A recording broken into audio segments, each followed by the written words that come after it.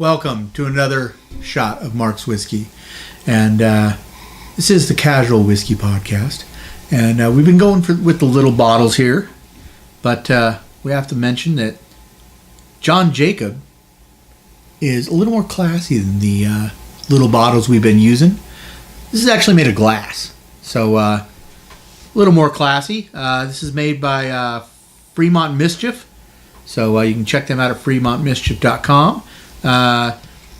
Who also made the Rex Velvet Spirit. I don't know how many people here are familiar with Rex Velvet, but he was Seattle's supervillain, part of the head of the Supervillain Alliance. I don't know what he's been doing lately, but anyways, they used to sell his spirit, which was the Rex Velvet Spirit. They don't seem to sell it anymore.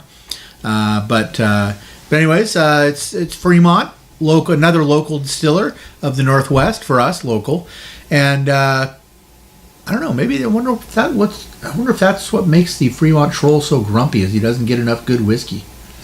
Well, their main line is the Workers No. 9 vodka, so maybe he's just not a vodka fan. Yeah. All right. Maybe you should try the John Jacob myself. Yeah. Yeah. If you don't get good whiskey, you know. Yeah. So. But I don't know. Let's see. What's it smell like? It's a handmade rye. Yeah, it's a rye. Just like a couple weeks ago, we did the what was it? That was the Copper Pony. The Copper Pony. So let's. I'm gonna guess this is higher quality than Copper Pony, just because of the glass and it being, Fremont Mischief. Probably a distillery we will be visiting in the future. So, but anyways, let's see if it's so. Let's see if they're. You hope so with that first sip, huh? Let's see here.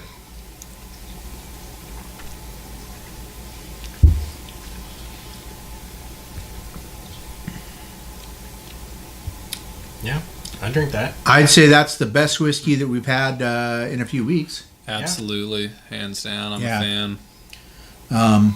Burns the roof of my mouth a little bit. Mm-hmm. Really? Yeah, this is strong stuff. It's like 90 proof. So. Oh, is this 90 proof? I think so. Let's see. It's all very I think it's only an 80, isn't it? What's that? It's 80 proof. Oh, it's 80? 80 oh, it is 80. Yeah. Okay. Oh, okay. Got a nice bite for 80 proof, though. Yeah, it's got a nice bite for 80 proof, but definitely not a 90. I always notice a second sip sometimes is a better judge.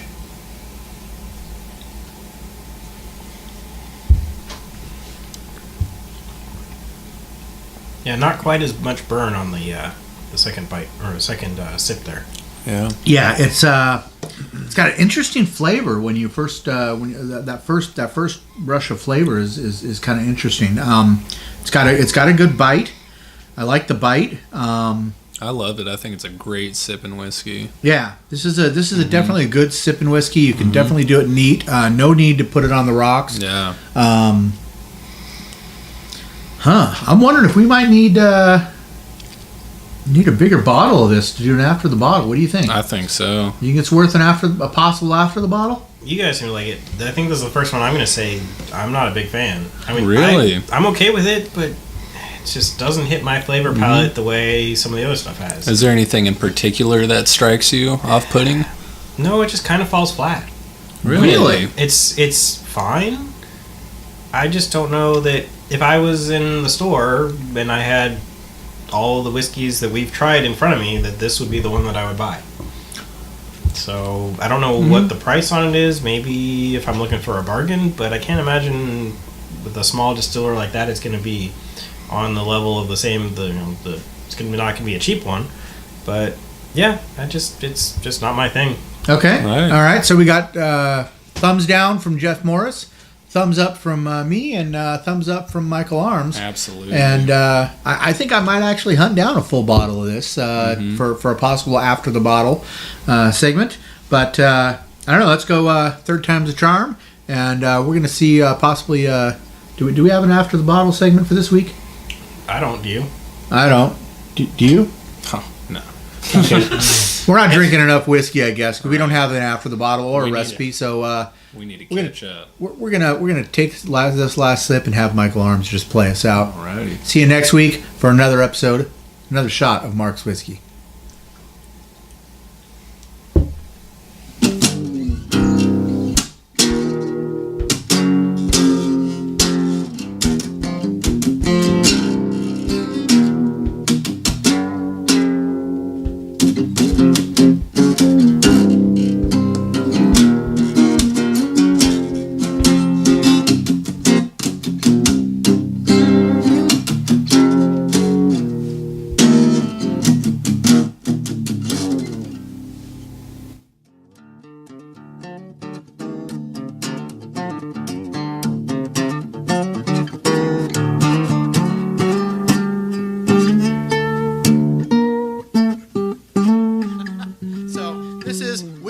booked Interrogations. I'm still drinking my Burnside bourbon. He's doing one of our local distillers called Mischief. It's John Jacobs. I think we are going to review this soon. Let me try it. So, well, it's right here. Ooh, that's good. That's really good. I'm not sure if my mic's working right. That's okay. That's really good.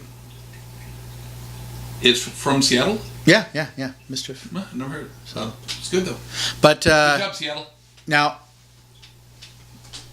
as we said before, this is you write for Forbes. Yes. And you recently did a review of the new Star Wars movie, Force Awakens. It's good. And I watched Force Awakens. By the way, just letting you guys know, this is going to be filled with spoilers. This is a spoiler alert. We're doing that? We're doing a spoiler alert, big time spoiler alert. I'm going to flash spoiler alert across the screen. If you don't want spoilers, you want to just hit fast forward, hit mute until we're not on screen anymore. So this is the Force Awakens spoiler filled review.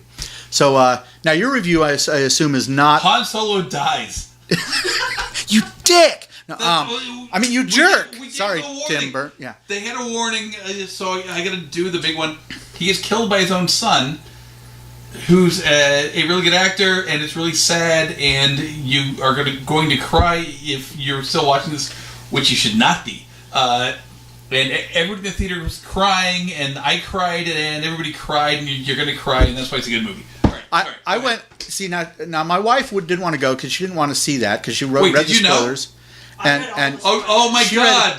She read. I just killed. Oh Jesus! I'm so sorry. I mean, you're not spoiling any surprise for me. I read all the spoilers. Okay. Because I don't like it. She read all the spoilers. So she didn't want to see Han Solo die. So I had to go by myself. So when Han Solo died and I had to hug somebody, the lady next to me felt really weird, and her boyfriend got pissed. But other than that, so anyways, now I gotta say, a lot of people are trying to, it's like, oh, Mark's hating on Star Wars. I'm not hating on Force Awakens.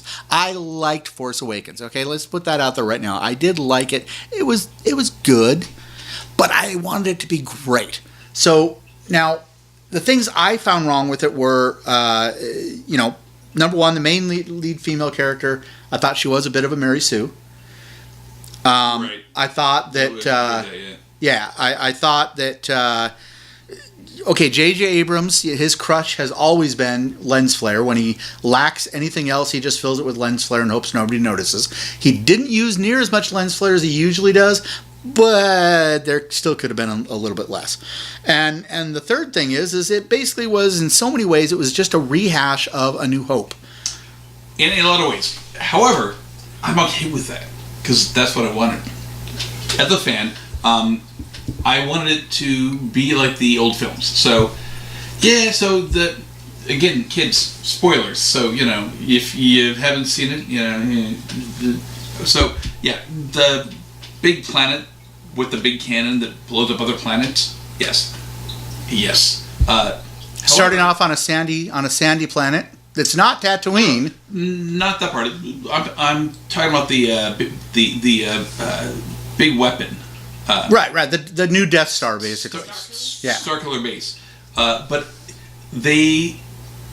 it's cheesy enough, but the script, it was written enough so that, our hero, Han Solo, says, so great, it's a bigger Death Star. We just blow it up. We can blow this stuff up. They did a good job of,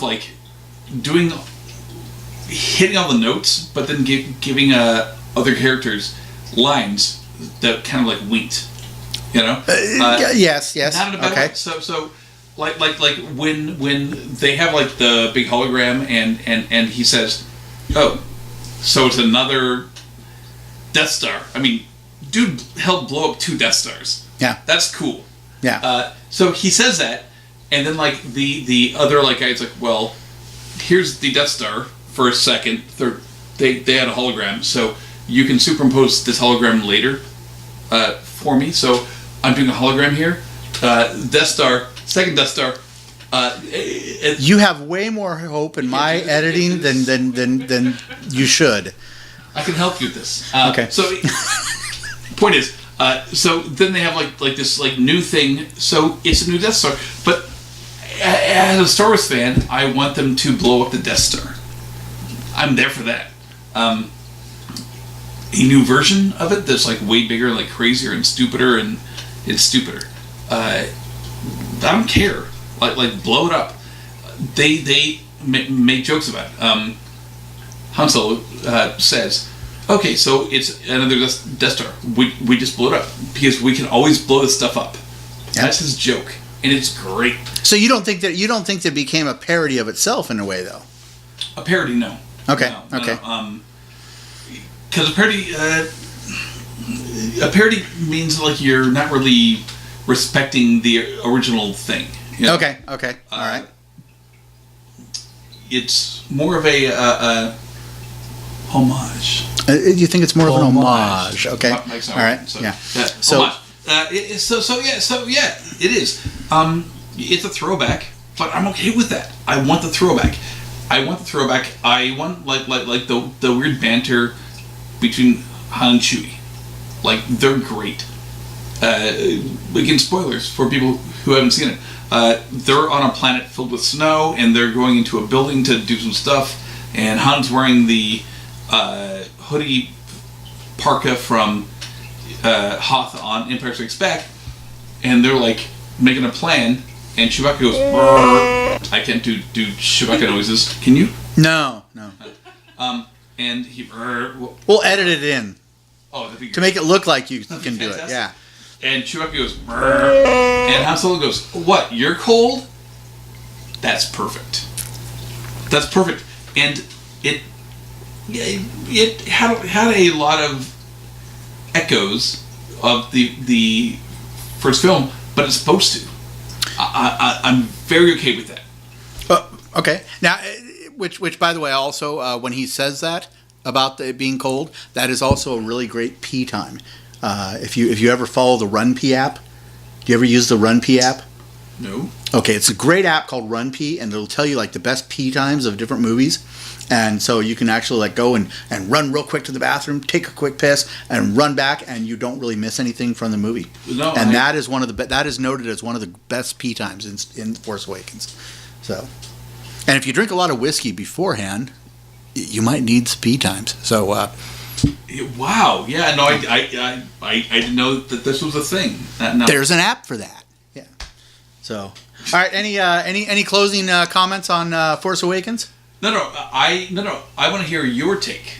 My take? I just dominated the whole. I think that the fact that they basically renamed Tatooine, they have a new tavern with a bunch of weird creatures. It's pretty much an exact clone. They should have just called it the same thing. It should have been on Tatooine. If you're going to do it, just do it. You know, there was nothing added. I think for them changing the name of the planet, the name of the bar, the name of the so much of it was a rehash. I think if you're going to do the rehash, embrace the rehash, but I would have rather have had just a fully original story. Question: If they we're going to get nerdy here, folks. So so the first part of the film takes place on Jakku. Had it been Tatooine, and the pirate bar that Maz in the movie Cosmetana. I'm saying that right? No. Oh my God, I'm failing my nerd cred. The new alien. Drink more whiskey. It helps. True. Had it all been on Tatooine, let's just say like they cut out the middleman and put it all on Tatooine, would you feel better about it? That's my question. I still would have rather have had an original story.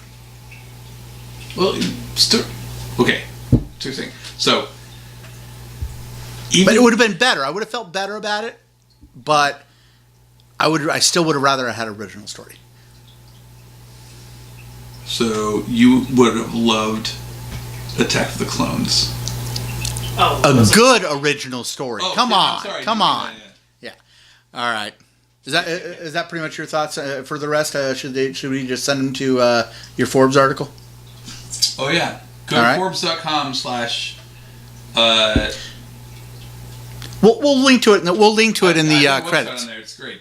If you, I've if you read on there. It's yeah, fantastic. we'll No dick jokes. we'll flash I something mean, on the no penis jokes. we'll flash the URL under on the screen Oh, right God, here. Don't do that. It's gonna be. And please do that. and we'll link it. We'll with penis and yeah, and so then we'll do that, and then we'll also be linked in the. And if you're Facebook, I think it's above, and if you're YouTube, I think it's to the right or something. But yeah, there'll be links in there. You can click to see Matt's articles on Force Awakens as well as many other things.